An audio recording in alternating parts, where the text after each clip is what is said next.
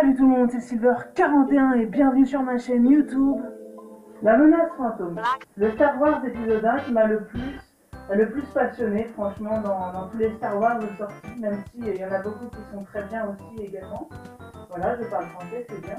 C'est un film génial de par ses acteurs, de par ses effets spéciaux. Comme dans tous les autres films, on y découvre une multitude de personnages primaires et secondaires. L'histoire commence avec les deux Jedi, Qui-Gon Jinn et Obi-Wan Kenobi. Qui-Gon Jinn est né en 92 avant la bataille de Yavin.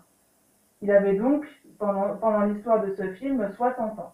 C'est un maître Jedi très sage et ayant de multiples connaissances. Que dis-je, il connaît quasiment tout sur l'univers.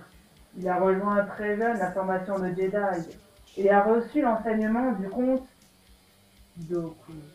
Il est souvent en conflit avec le conseil des Jedi, bien qu'il n'y siège pas lui-même. C'est un électron libre. Il a eu 3 padawans, dont l'un d'entre eux, Xanatos, fut colérique et fut déchu de l'ordre des Jedi. Ouah, c'est chaud comme ça, c'est mieux comme ça, le faire une coupe de cheveux vite. Le troisième étant Obi-Wan Kenobi.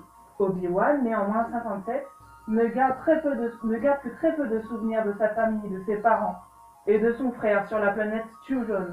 C'est un féru d'histoire. Par contre, même s'il se débrouille bien, il déteste piloter et a souvent le vertige. Comme son maître, il est arrivé très jeune au temple des Jedi. À ses 13 ans, il devait forcément trouver un maître qui puisse lui enseigner l'art Jedi de manière plus profonde. Il combattit 2 fois un autre élève dans le temple devant Qui-Gon Jinn, qui au passage devait choisir un padawan. Qui-Gon Jinn refusa, le trouvant trop agressif. Quelque temps plus tard, lors d'un voyage vers Brandomir, ils se retrouvèrent tous les deux et se lièrent d'amitié. Quelques péripéties et missions plus tard, Obi-Wan devint donc le padawan de Qui-Gon Jinn.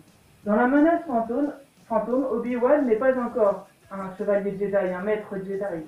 Dans les persos principaux, il y a également Padmé Amidala, qui à 14 ans est la reine de Naboo, de la planète Naboo. De son vrai nom, Padmé Naberi, elle est née à la montagne, sur Naboo.